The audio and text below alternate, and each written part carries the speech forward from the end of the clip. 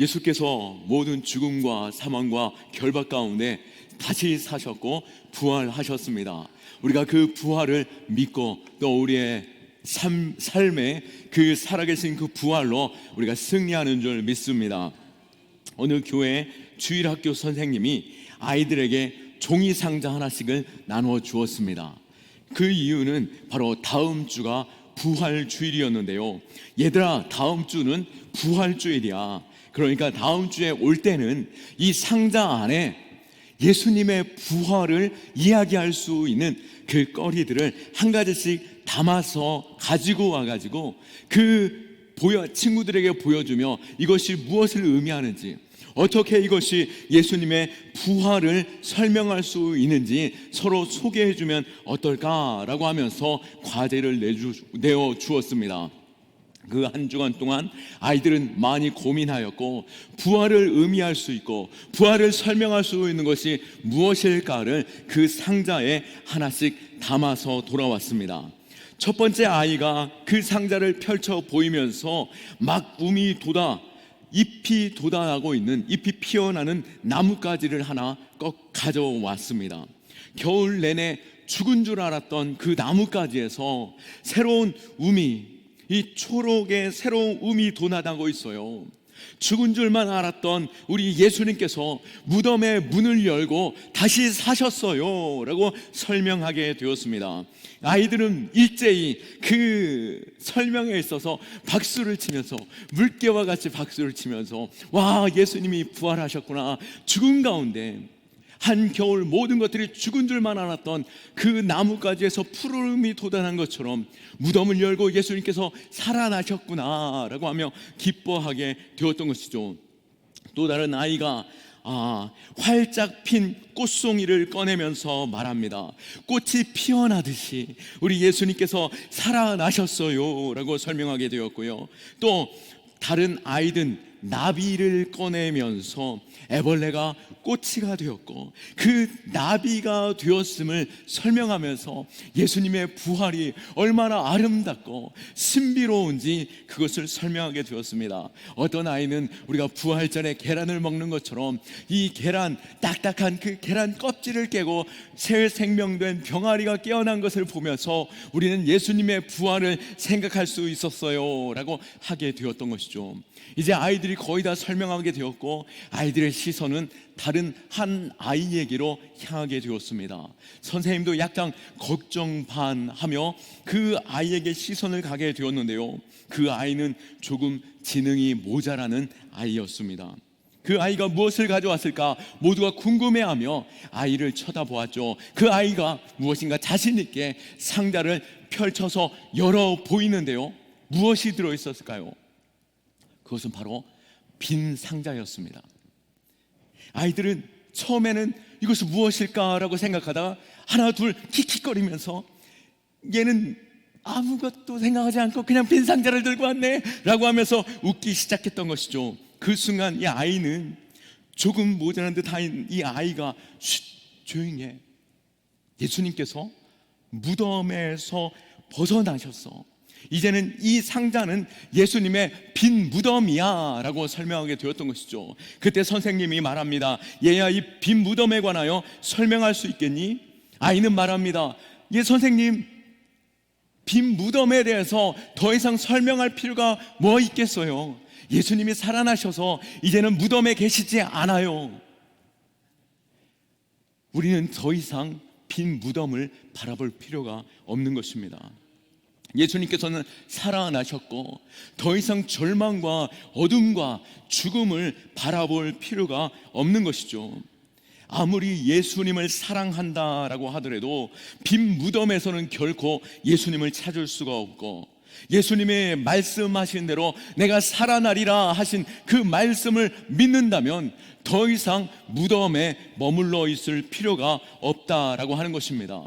더 이상 무덤을 논할 필요가 없는 것이죠. 세상 사람들이 뭐라 말할지라도 믿거나 말거나 예수님께서는 부활하셨고 더 이상 우리는 그것을 논할 필요가 없다라고 하는 것을 말하고 있는 것입니다. 성경은 예수님의 부활에 대하여 400번 이상 반복하며 기록하고 있습니다. 예수님을 십자가에 못 박아 죽일 때에 재판하고 그 사형을 집행했던 자들이 누구였습니까?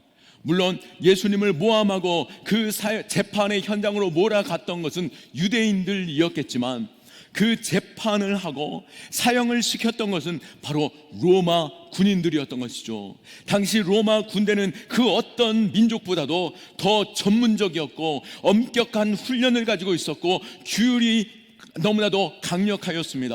그리고 그들은 자신들의 힘과 그 조직에 대하여 너무나도 큰 자부심을 가지고 있었기 때문에 그 자부심으로 그들은 실수하지 않았던 것이죠.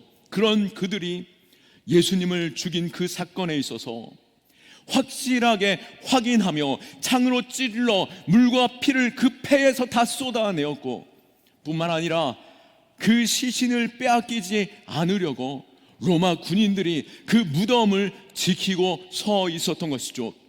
그럼에도 불구하고 예수님께서는 살아나셔 그 무덤은 비어있게 되었던 것입니다. 예수님이 죽으신 그 사건과 무덤을 지키고 있던 그 로마 군인들이 어찌 그 조직 안에서의 그 실수와 실패를 말하고 떠드는 사람들을 그냥 놔둘 수 있겠습니까? 그것이 거짓을 용납할 수 있었겠습니까? 결코 그 거짓이었다라고 하면 그것을 용납할 수 없었을 것입니다. 결국엔 그 거짓 종교라고 생각하는 기독교를 어떻게 해서든지 다 해치려 노력했겠고, 또 그 유대인들에 있어서는, 그 기독교인들에 대해서는 철저하게 거부감을 가지고 있었을 것입니다. 그러나 역사는 어떻게 되었습니까? 로마는 그 거짓 종교라고 생각하였던 기독교가 그들의 국교가 되었고, 그 거짓은 2000년이 넘도록 역사 가운데 사실로서 전해지고 있는 것이죠. 그런 면에서 예수께서 부활하신 그 사건은 역사적인 사실임을 우리는 역사를 통해서 알 수 있는 것입니다. 그러나 더 중요한 것이 있습니다. 남들이 그것을 믿든 믿지 못하든 내가 예수님의 부활을 믿고 있느냐, 그것을 그냥 사람들이 하는 이야기가 아닐까라고 하는 정도 생각하고 있는가? 오늘 본문에서도 예수님을 사랑하기에 죽으신 지 사흘이 지난 그 몸에 향품을 부어드리려고 여인들이 무덤을 찾아왔습니다. 그러나 그곳에는 예수님이 계시지 않았습니다. 밝게 빛나는 두 사람을 만나게 되었는데요, 예수님께서 이미 살아나셨다라고 하는 소식을 듣게 되었습니다. 그러나 예수님을 너무나도 사랑하였지만 다시 살아나셨다라고 하는 것을 도저히 믿을 수 없었고 두려워 놀라지 않을 수 없었습니다. 오늘 본문에서는 그들이 그 천사들의 말에 확신 속에서 사람들에게 찾아가 증거하였다라고 말하고 있지만, 마가복음에서는 그것이 너무나도 놀랍고 두려워하는 가운데 그들이 입을 닫고 누구에게도 말하지 않았다라고 말하였으며, 마가복음에서는 예수님을 만났던 길가에서 만났던 두 사람들조차도 예수님을 만났다라고 전함에도 예수님의 제자들조차 그것을 믿지 못하였다라고 말하고 있습니다. 우리는 예수 그리스도의 그 부활을 믿습니까? 아니면은 그냥 전해 내려오는 하나의 설화처럼 듣고 계십니까? 약속대로 예수님은 다시 살아나셨습니다. 다시 살아나신 예수님께서는 40일 동안 사람들 앞에 나타내 보이시며 천국을 이야기하여 주셨고 복음을 전하여 주셨습니다. 제자들과 수시로 함께 만나시면서 식사도 함께 하셨고, 주님의 그 옆구리와 그 손가락을 빈 곳에 그 흔적을 만져보게도 하셨던 것이죠. 그리고 500명이 넘는 사람들 앞에 나타내 보이시면서 다시 돌아오실 것을 약속하며 하늘로 올라가셨습니다. 복음의 증거자들은 더 이상 예수님의 부활에 대하여 논쟁할 필요가 없었던 것이죠. 아무리 남들이 거짓말이다라고 말하고 네가 자꾸만 그렇게 거짓말하면 널 죽일 것이다 라고 말하여도 그들은 그것이 사실이었기 때문에 그것을 숨기지 않았습니다. 그는 더 이상 이것이 논쟁할 필요가 없었던 것이죠. 칼바르트라는 신학자는 부활을 설교할 때에 부활 설교는 짧으면 짧을수록 좋다라고 말하는데요. 왜요? 너무나도 확실한 증거이기 때문인 것입니다. 예수님께서 부활하셨다기 때문에 교회가 생겨났습니다. 예수님의 부활을 증거하는 이들이 바로 교회가 된 것이죠. 교회가 있었기 때문에 부활이 전해진 것이 아니라 예수님이 부활하셨기 때문에 교회가 살아있고 여전히 지금까지 남아있을 수 있는 것입니다. 끊임없이 교회를 핍박하고 예수 부활을 증거하는 이들을 죽였다 할지라도 성도들은 자신들의 순교조차도 예수님의 그 부활을 증거할 수 있는 증인으로 선다라고 한다면 그것을 기쁘게 받아들였던 것이죠. 부활하신 것이 사실이었기 때문인 것입니다. 어찌 거짓을 위해서 허다한 사람들이 죽을 수 있었겠습니까? 죽어도 사실이었기 때문에, 내가 죽어도 그건 사실이기 때문에 죽을 수 있었던 것이고 순교조차 영광스럽게 받아들일 수 있었던 것입니다. 그런 면에서 사도 바울은 고린도전서 15장 17절에서 19절 말씀을 보면 예수 그리스도의 부활이 없다면 세상에서 가장 불쌍한 사람들이 그리스도인이다 라고 말씀하면서까지도 우리는 이 부활을 믿고 부활 때문에 살고 있고 부활 때문에 희생하고 죽을 수 있는 자들인 것이고 그렇게 살아온 것이죠. 이렇듯 예수님의 부활은 역사적인 사실이며 그 목격자들만 해도 무려 600여 명이 넘는 줄 믿으시기 바랍니다. 그렇기에 그 역사적인 사실이 거짓이 아닌 사실이었기 때문에 2000년이 지난 지금까지도 예수님께서 부활하셨다라고 외치며 확실하게 서 있는 교회와 성도들이 있는 것입니다. 거짓말쟁이들이 전하는 메시지가 어찌 2000년 동안 살아있을 수 있겠습니까? 오늘 본문에서 보는 것처럼 예수님의 부활을 처음 목격한 사람들은 제자들이 아니었습니다. 제자들이 짜고 치는 것도 아니었던 것이죠. 여자들이 10절 말씀에 보면 막달라 마리아와 야고보의 어머니와 마리아와 살로메와 요한나 그리고 이름을 기록되어지지 않은 다른 여자들도 있었다라고 말하는 것처럼 당시에 여성의 위치를 생각해 본다면 그들의 말은 도저히 신뢰할 수 없었고 사람 취급도 되지 않았던 여성들이 예수 그리스도의 부활을 증거한 것에 있어서 사람들이 그것을 어찌 받아들일 수 있었겠습니까? 또 그것을 어떻게 여자들이 전했다라고 사람들이 말할 수 있었겠습니까? 그럼에도 불구하고 이것이 확실한 사실이었고 계속해서 예수님께서 나타내 보이셨기에 그 일들은 사실로 우리는 고백되어지는 것입니다. 이들은 예수님의 시신에 향품을 발라드리려고 무덤을 찾아갔습니다. 안식일에는 무엇도 나르거나 일을 할 수 없었기 때문에 무덤을 찾을 수 없었고 또 안식일에 거룩한 날이기에 죽은 자를 가까이 할 수 없기에 시신을 가까이 할 수 없기에 찾아갈 수 없었기에 안식 후 첫날 이른 아침에 여인들이 길을 나서게 된 것이었던 것이죠. 그들에게 예수님께서는 십자가에서 죽으신 존재였기 때문에 그들은 부활을 믿을 수도 상상할 수도 없었습니다. 그 죽으실 때에 그들이 그 참담함과 참혹함을 친히 눈으로 보았고 그 시신을 내리며 무덤에 안치시키는 것을 그들이 보며 눈물을 흘렸기 때문인 것이죠. 누구도 그가 하나님의 아들이며 메시아다라고 하는 것을 믿을 수 없었습니다. 그리고 십자가에서 죽음으로 그들은 모든 것이 다 끝났다라고 생각하고 그 무덤이 마침표로 찍혀 있었다라고 생각한 것이죠. 그러기에 애통하는 마음으로 그 무덤을 찾았는데요, 그곳에서 예수님의 살아나신 소식을 듣게 된 것입니다. 예수님께서는 부활하셨고 다시 살아나셨습니다.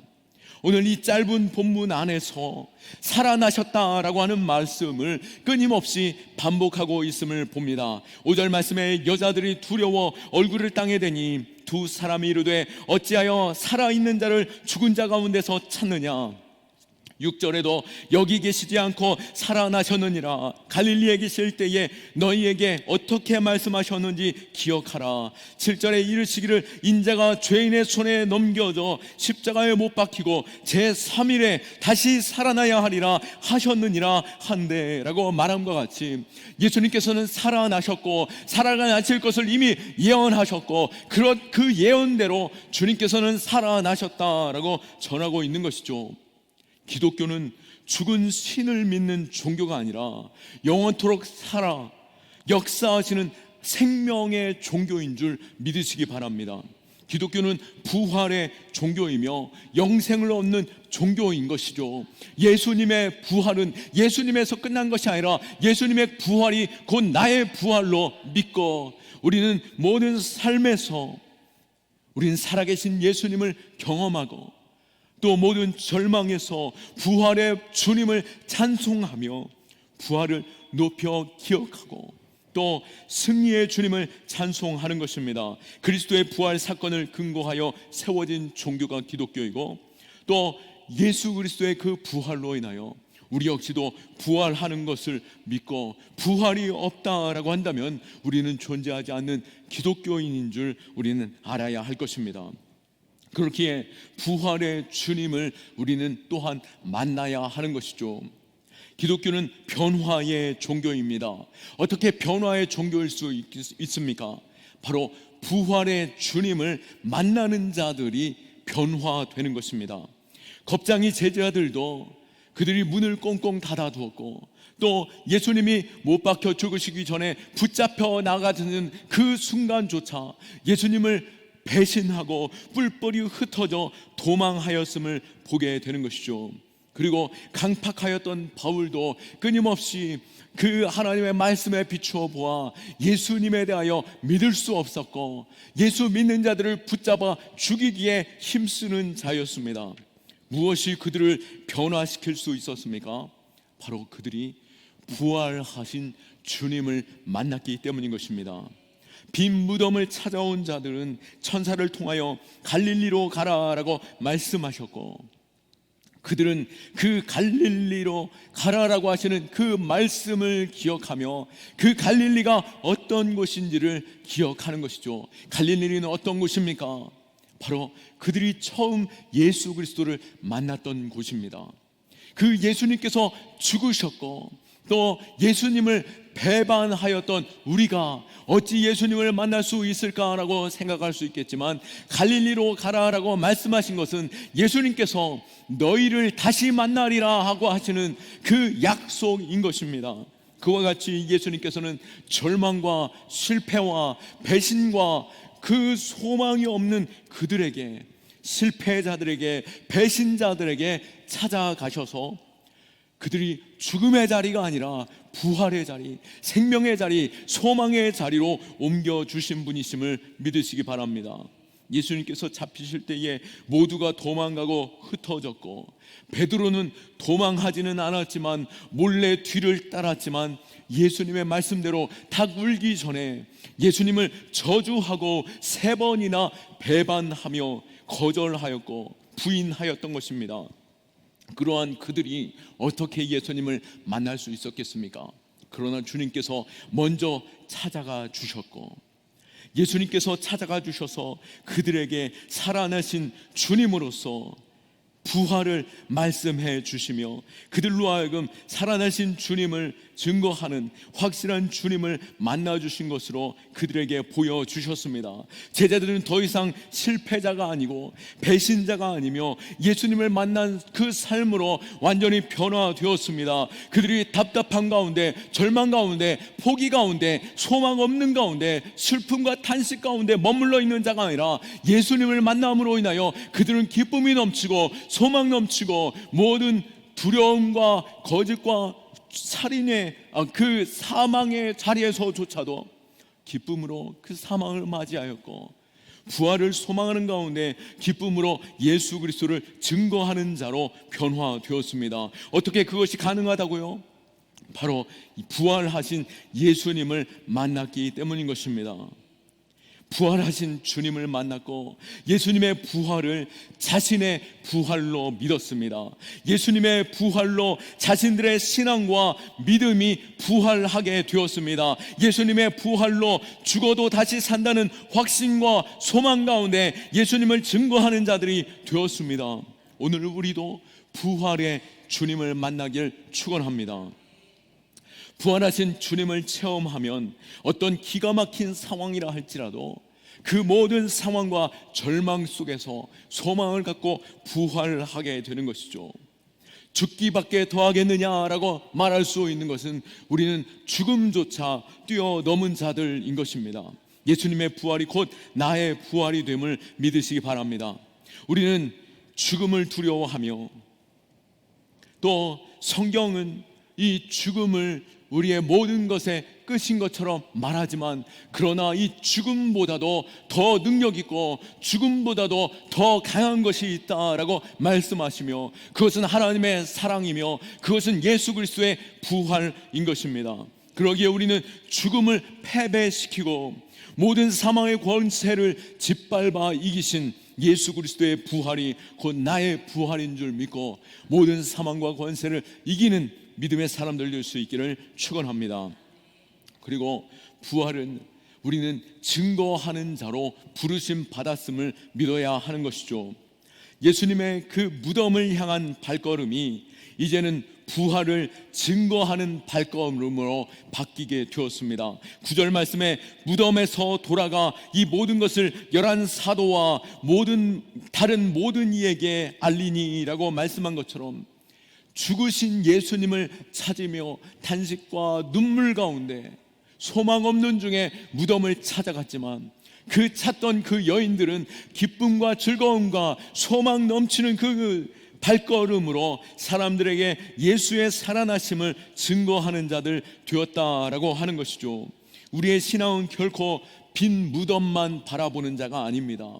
우리의 신앙은 결코 빈 무덤 안에 머물러 있는 신앙이 아닌 것이죠. 마리아와 여인처럼 빈 무덤을 박차고 일어나 나와 예수님의 부활을 증거하는 자 되어야 하는 것입니다.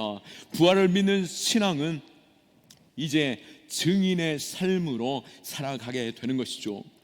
바울도 초대 교회 사도들도 자신의 삶에 안주하는 것이 아니라 이제는 부활을 증거하는 증인이 되었습니다.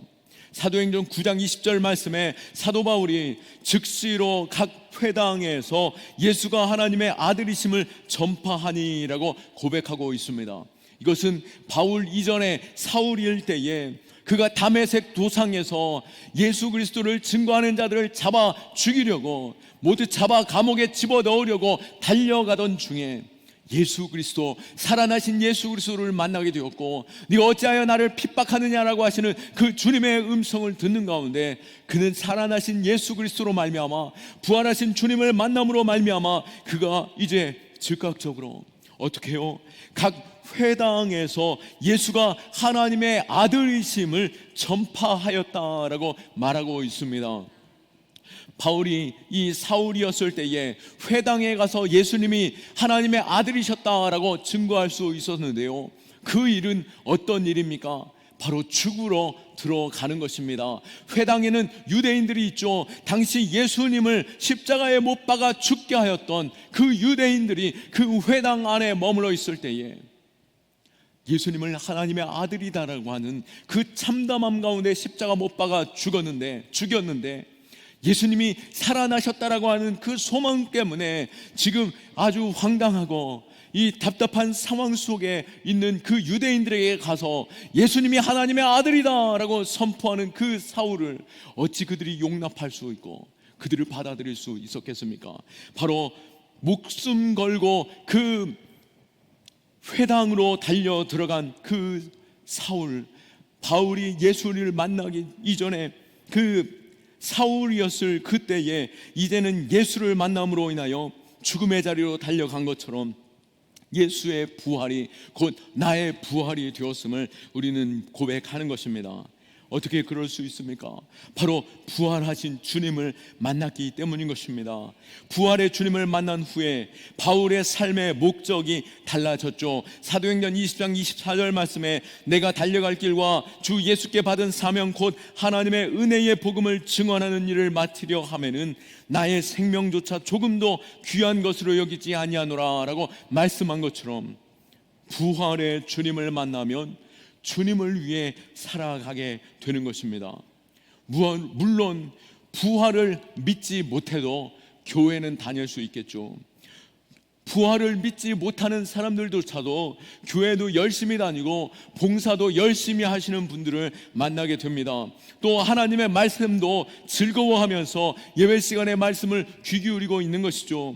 예수님도 무척 사랑하고 하나님도 무척 사랑합니다. 그러나 종교 생활하는 것은 그것이 가능할 수 있겠지만 그것은 결코 신앙생활이 아닌 것이죠. 신앙은 곧 무엇입니까? 예수 그리스도의 그 십자가를 믿는 것이며 내가 예수 그리스도로 말미암아 대속함을 받았고 예수님의 부활이 곧 나의 부활이며 이 모든 일들을 하나님께서 우리를 사랑하시는 가운데 이루신 일임을 믿는 것입니다. 그 믿음, 부활을 믿지 못하면 우리는 종교인은 될 수 있겠지만 신앙인은 될 수 없는 것입니다. 우리 안에 이 부활을 믿는 그 믿음이 우리 안에 있기를 원하고, 오늘 우리가 간절히 바라는 것은 날마다 살아나신 예수 그리스도를 만나는 그 삶의 은혜가 넘칠 수 있기를 축원합니다. 이 예수님을 만났던 그 제자들조차 처음에는 예수님께서 부활하신 것을 믿지 못하였던 것이죠. 마가복음을 보면은 예수님을 만났던 그 여인들조차도, 천사의 그 소식을 들었던 그 여인들조차도 두려워 떨며 예수님을 전하지 못하였고, 예수님을 만났던 두 사람이 우리가 예수님을 만났다라고 증거하였을 때조차도 예수님의 제자들조차 예수님을 믿지 못했습니다. 마가복음 16장 13절에서 15절 말씀에 보니 두 사람이 가서 남은 제자들에게 알리되 역시 믿지 아니하니라. 그 후에 11 제자가 음식을 먹을 때에 예수께서 그들에게 나타나사 그들을 믿음 없는 것과 마음이 완악한 것을 꾸짖으시니 이는 자기가 살아난 것을 본 자들의 말을 믿지 아니함이로라. 또 이르시되 너희는 온 천하에 다니며 만민에게 복음을 전파하라. 아멘. 예수님과 항상 함께 생활하였던 예수님의 제자들조차 예수님의 부활을 믿지 못했습니다. 그렇게 예수님께서 친히 찾아오셔서 그들의 마음에 믿음이 없는 것과 완악함 가운데 마음이 너무나도 딱딱하여서 전하는 그 말이 들려지지 않는 것에 대하여 꾸짖으셨던 것이죠. 오늘 내 마음 가운데 아직 예수님의 부활이 믿어지지 않습니까? 오늘 주님의 마음이 우리 안에 느껴지기를 축원합니다. 내가 살아났는데, 내가 널 위해 피 흘려 죽고 너의 모든 죄를 대속하여 죽었지만 사흘 만에 내가 다시 살아난 것처럼 너 또한 모든 절망과 죽음과 모든 어둠 가운데 살아나 소망 넘친 삶이 되길 원한다라고 말씀하시는 그 주님의 음성을 듣고 모든 어둠을 깨뜨리고 내 마음의 그 완악함에 벗어나 예수 그리스도를 마음 가운데 영접하며 예수 그리스도를 부활을 경험하고 그 예수 그리스도의 부활이 나의 부활이요 또 영원한 나의 생명이 있음을 알며 아직 예수님을 알지 못하는 이들에게 복음을 증거하는 그 삶이 될 수 있기를 예수 그리스도의 이름으로 축원합니다. 우리는 예수 그리스도 그 부활을 다시 한번 오늘 고백합니다. 우리 또한 예수 그리스도의 그 부활을 믿는 자로서 지금 내가 어떠한 상황 중에 있는지 그 어둠과 절망과 답답함 가운데 예수 그리스도를 초청하고 또 부활의 주님이 지금 나와 함께 하심을 믿는 가운데 모든 어려움 능히 돌파하며 부활 신앙으로 살아가고 우리를 통하여 예수 그리스도를 알지 못하는 자들이 예수 그리스도를 만날 수 있는 부활의 통로 될 수 있는 저와 여러분 다 될 수 있기를 예수 그리스도의 이름으로 축원합니다. 아멘. 우리 하나님께 영광의 박수 올려드립니다.